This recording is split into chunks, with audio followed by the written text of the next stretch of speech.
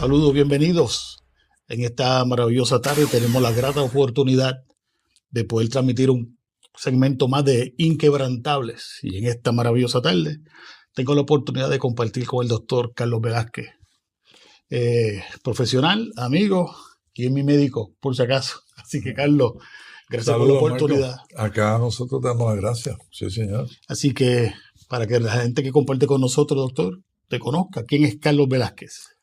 Nosotros somos psicólogos clínicos, llevamos más de 45 años en la práctica. En los últimos 25 años nos hemos dedicado a trabajar con el Instituto de Psicotraumatología de Puerto Rico, que es una organización sin fines de lucro, que, como dice el nombre de la organización, trabajamos con víctimas que han sufrido traumas significativos. Parte de nuestros servicios los damos porque el gobierno federal tiene una propuesta que se llama VOCA, que es la ley para víctimas del crimen, y nosotros entonces atendemos todo tipo de víctimas de crimen: abuso sexual en la niñez, violencia doméstica, familiares que han perdido un familiar cercano por asesinato, por ejemplo. O sea, son casos muy duros, traumáticos, y nuestra experiencia en los últimos 25 años ha sido específicamente entrenar a profesionales, psicólogos, consejeros en esta área del trauma y dar servicios directos a personas que han sido victimizadas de alguna manera en la niñez, en la adultez. Y tenemos un equipo extraordinario que trabaja con nosotros, psicólogos, trabajadoras sociales, consejeras, de manera que ha sido una experiencia bien significativa la que hemos podido tener y servir a otros en este campo tan delicado y tan trascendental realmente. Yo quiero felicitarte, Velázquez, porque hasta no hace mucho vivimos momentos complicados donde muchas veces pensábamos que todo era Dios. Entonces, todos mis problemas los resolvía Dios. Y yo creo que el espacio que se le daba a los psicólogos era muy poco, porque a veces pensamos que nuestra dependencia era total de Dios. Pero con el pasar de los tiempos nos hemos dado cuenta de que es un elemento muy importante. Ha traído sanidad a muchas personas y me imagino que tú tendrás una vasta experiencia en testimonio de personas que tú has alcanzado. Claro, damos gracias a Dios, ¿verdad? Y la gloria a Él. Pero es interesante porque en 1 Corintios se habla claro que hay diferentes dones en la iglesia, ¿no? O sea, hay palabras de sabiduría, palabras de conocimiento. Pues entonces no existía quizás no existía la palabra psicólogo. Oye, pero estaban los que ministraban con palabras de sabiduría, los que ministraban a través de entender las necesidades y responder. De manera que el cuerpo de Cristo siempre se ha beneficiado de personas con diferentes dones, que dice la palabra son carismáticos, o sea, que vienen de arriba, vienen de Dios. De manera que no nos debe sorprender que finalmente la iglesia se haya abierto a lo que Dios siempre había querido, es que nos ministráramos a unos a otros con los diferentes dones que Dios mismo había propuesto. Qué bueno, excelente, doctor. Si yo te preguntara qué viene a tu memoria, sea un texto bíblico, una experiencia, o qué fluye en tu mente cuando escuchas la palabra inquebrantable. Cada vez más se hace más claro para mí la realidad de la palabra de Dios. Durante años uno la lee, la aprende un poquito, le echa mano, vive por fe, después cree, después vuelve y tiene fe, luego conoce y después vuelve y tiene fe. Y lo que no queda duda a través de los años y la experiencia de Dios con uno y uno con Dios, es que lo que Él dice es lo que es, y es solamente seguir fieles para seguir descubriendo la realidad de lo que Él nos dice en sus palabras y lo que Él viene a hacer para nosotros. La palabra, definitivamente esa es la diferencia. La pregunta en cuestión que me interesa compartirte, abrirte mi corazón y por favor, fluye como tú sientas. Porque para nosotros es muy importante, y más ahora cuando estamos pasando momentos de delicadeza, sea de diagnóstico o cualquier situación adversa en nuestra vida. Primera de Reyes, capítulo 19, nos narra la historia de que después que Elías tiene la grande victoria sobre los profetas de Baal, acontece algo extraño en su vida.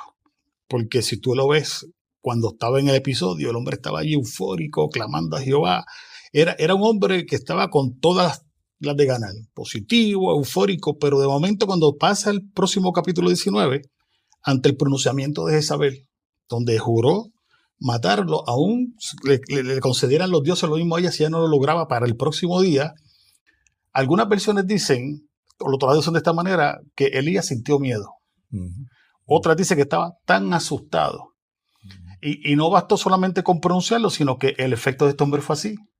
El hombre antes del acontecimiento y el hombre después del acontecimiento, pues muy interesante. La pregunta en cuestión es, ¿cómo tú podrías identificar usted o diagnosticar, por así decirlo, qué pasó en la figura de la personalidad de este hombre que era elegido por Dios y ciertamente hizo cosas que la Biblia guarda muy importantes, pero también no oculta que en este capítulo el hombre fuerte sufrió una recaída? ¿Cómo tú puedes definir eso dentro de tu experiencia profesional? Sí. Bueno, hay varias cosas que uno ha leído y meditado, ¿verdad?, sobre este pasaje en particular y Elías. Lo que me viene a la mente, una de las cosas que debemos entender es, por ejemplo, Jesús, cuando se sana a la mujer del flujo de sangre, dice, alguien me tocó porque sentí poder de mí, salió poder de mí. Entonces, también tú oyes a predicadores que dicen, yo prediqué y tuve que descansar 3 horas después porque fue una cosa impresionante lo que entregué allí, ¿no? De manera en que parte de lo que podemos entender es que la experiencia con los profetas de Baal fue bien estresante. O sea, él, bueno, le iba a la vida de él como le fue la vida a 450 profetas de Baal. Cierto es. Y entonces cuando él tiene el encuentro con Dios, él dice, después que le ministra al ángel y tiene el encuentro con Dios, él habla de que, oye, yo soy de los que no ha doblado rodillas ante nadie y he tenido lucha y ahora tú me mandas, porque Dios le dice, bueno, y ahora vas a hacer esto, vas a consultar esto con estas decisiones políticas que hay que tomar con estos reyes y después tienen que hacer esto. O sea, no es solamente lo de los profetas de Baal. Él tiene una vida de lucha, de servicio, de entrega y da la impresión que aquel fue un pico, ¿no? El encuentro con los profetas de Baal y después fue, como muchas veces pasa, ahora necesito descansar porque estoy bien quebrantado. Y cuando él está en las de descansar y reponerse de todas esas luchas que venía teniendo, le amenazan, te voy a matar, pues es que te voy a matar mañana, como tú hiciste a mis profetas, te voy a hacer a ti. Entonces, hay un judío que escribió un libro porque las cosas malas le ocurren a personas buenas. Y yo me imagino un poquito un diálogo interno de Elías diciendo, Señor, pero si yo acabo de probar que tú eres el Dios verdadero y quedaron en vergüenza y pudimos recuperar el testimonio real de que tú eres el Dios verdadero y ahora tú permites que me amenacen de muerte, por favor, ¿cómo tú me dejas aquí abandonado? ¿Por qué? Porque había gastado una fuerza y una energía que de momento no puede combatir esta amenaza con la misma energía que tuvo hasta hace unos minutos o hace unas horas en un encuentro. Entonces, lo que a mí me llama la atención es que para mí es una lección. O sea, yo como varón de Dios, como profesional, no puedo pensar que no voy a tener quebrantamiento. Wow. No puedo pensar que porque Dios me ha utilizado con poder, nunca voy a tener un tropiezo, nunca voy a tener un quebrantamiento.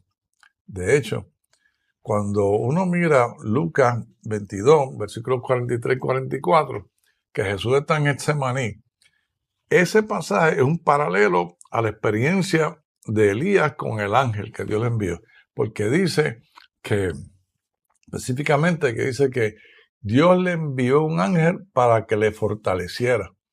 Y eso literalmente le vuela la cabeza a uno, que Jesús necesitó un ángel que le fortaleciera. ¿De qué tú Yo lo voy a buscar, lo voy a releer. Búscalo.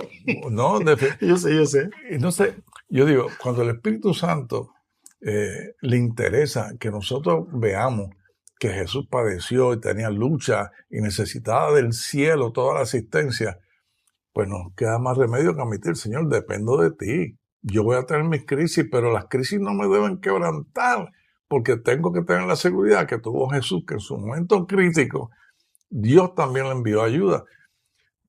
Cuando uno lee también en ese momento de Getsemaní, Jesús dice, ¿verdad? Dios mío, ¿por qué me has abandonado?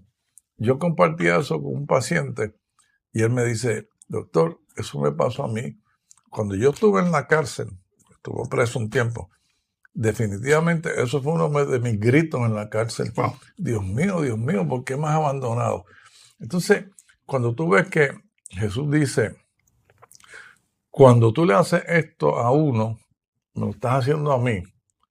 Eso es lo que estamos entendiendo, es que Dios puso a su Hijo en la misma situación que nos pone a nosotros, en necesidad que nos ministre, en necesidad que seamos, en un sentido, ese Cristo que nos ha asistido a nosotros para otros. Pero nosotros no vamos a poder asistir a nadie si no hemos sido quebrantados, porque no vamos a entender el dolor del otro, no nos vamos a mover al servicio. O sea que esas experiencias de quebrantamiento lo que nos hace es ser sensibles a la diferencia que hace la presencia de Dios en la vida de uno, la presencia de otros que Dios manda para que nos asistan. De manera que no nos debe sorprender que un gran hombre de Dios haya sido quebrantado, se haya visto destituido de energía, de fuerza, de visión, porque es lo que a nosotros nos va a pasar y en ese mismo momento tenemos que tener claro que tenemos acceso a la misma gracia que él tuvo de Dios cuando recibió al ángel, a la misma gracia de Dios que Jesús tuvo cuando quebrantado hasta el extremo, Dios también le manda ayuda, Dios también le manda apoyo. Y por eso tú y yo estamos hablando, porque la iglesia tiene que entender que nosotros estamos precisamente para que la gracia de Dios se derrame en medio de nosotros por el servicio que nos damos unos a otros, que no es otra cosa que el establecimiento del reino. El reino no es, Cristo lo inaugura, pero es nosotros los que lo implementamos. Nosotros hacemos lo que Cristo hizo, que nos lo encomendó que lo hiciéramos. Aquellas cosas que yo hice, ustedes van a hacer, las van a hacer mayores. De manera que todas estas experiencias, a mí lo que me colocan es, por un lado, en el centro de una experiencia de humildad, pero de gratitud. Amén. De que no importa yo esté quebrantado, es una apertura a la gracia de Dios, a la fortaleza de Dios y a la capacitación para que con el mismo consuelo que yo he sido consolado, consolar a otros. Muy bien. Sí. Así que, compañero, tú que nos puedas estar viendo en esta hora, no sé por qué proceso tú estés viviendo, sea un momento de adversidad o de prueba, no es para muerte. Yo creo que cada uno de nosotros debemos de entender que no estamos solos. Dios prometió estar con nosotros hasta el final de nuestros días. Es ver el propósito por el cual Dios nos permite vivir y saber que nuestra dependencia es del cielo. Así que lo mismo que te pasa a ti, le pasa a todos los demás hermanos del resto del mundo en diferentes lugares. Así que, doctor, gracias por la oportunidad. Gracias a ti, Marco. En la próxima tenemos que tener café y unos piscolas. Precioso. Hasta la próxima. Si de alguna manera esta palabra te ha ministrado, comparte con nosotros tus inquietudes, tus preguntas y lo que Dios ha hecho contigo. Acuérdate, esto es Inquebrantable, segmento de Euro 1040. Hasta la próxima. Gracias, doctor. Dios bendiga. Gracias bendiciones. a ti, Marco. Bendiciones.